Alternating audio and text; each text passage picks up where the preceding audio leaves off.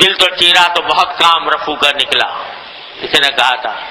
کہ پہلے تو یہ سمجھ رہے تھے کہ یہ تھوڑا ہی سا معاملہ ہوگا، لیکن دل کو چیرا تو بہت کام رفو کا نکلا، بہت اس میں خامیاں خرابیاں نظر آئیں۔ تو جب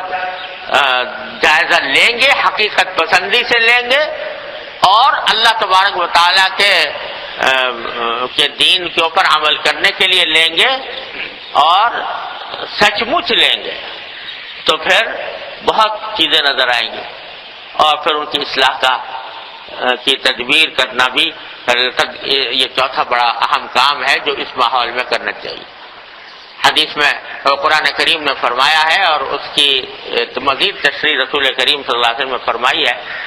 کہ جب یہ فتنوں کا دور آ جائے، جس کی تفسیر حدیث میں یوں فرمائی کہ اذا رأیت شحا مطاعا،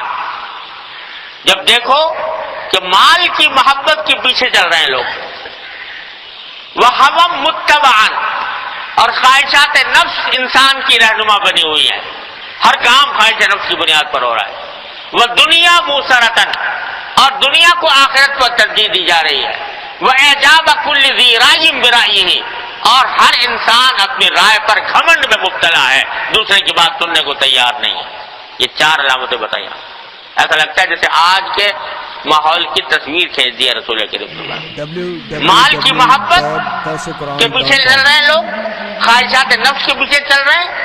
اور دنیا کو ترجیح دے رہے ہیں آخرت پر، آخرت ملے نہ ملے دنیا کا کچھ فائدہ مل جائے، اور ہر شخص اپنی رائے پر گھمنڈ میں مبتلا ہے، دوسرے کی سننے کو تیار نہیں ہے۔ جب یہ بات ہو جائے تو فرمایا سرکار دو عالم صلی اللہ علیہ وسلم کہ فعلیک بخافۃ نفسک ودع عنک امر العامہ، ایسے موقع پر تم اپنی اصلاح کی فکر میں لگ جاؤ اور دوسرے لوگوں کی طرف دیکھنا چھوڑ دو، اپنی اصلاح کی فکر میں لگ جاؤ، دوسرے کی طرف دیکھنا چھوڑ دو۔ عجیب نسخہ بتایا سرکار دو عالم صلی اللہ علیہ وسلم کہ ایسے میں ہوتا ہی ہے کہ دوسروں کی تو خرابیاں بیان کرتا رہتا ہے آدمی اور اپنے آپ سے غافل رہتا ہے، اس کے نتیجے میں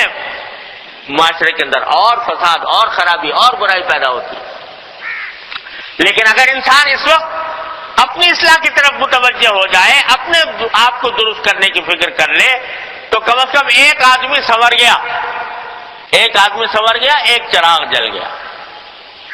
اور اللہ تعالیٰ کی سنت یہ ہے کہ چراغ سے چراغ جلتا ہے، اور چراغ سے چراغ جل کر وہی اجالا پھیلا دیتا ہے،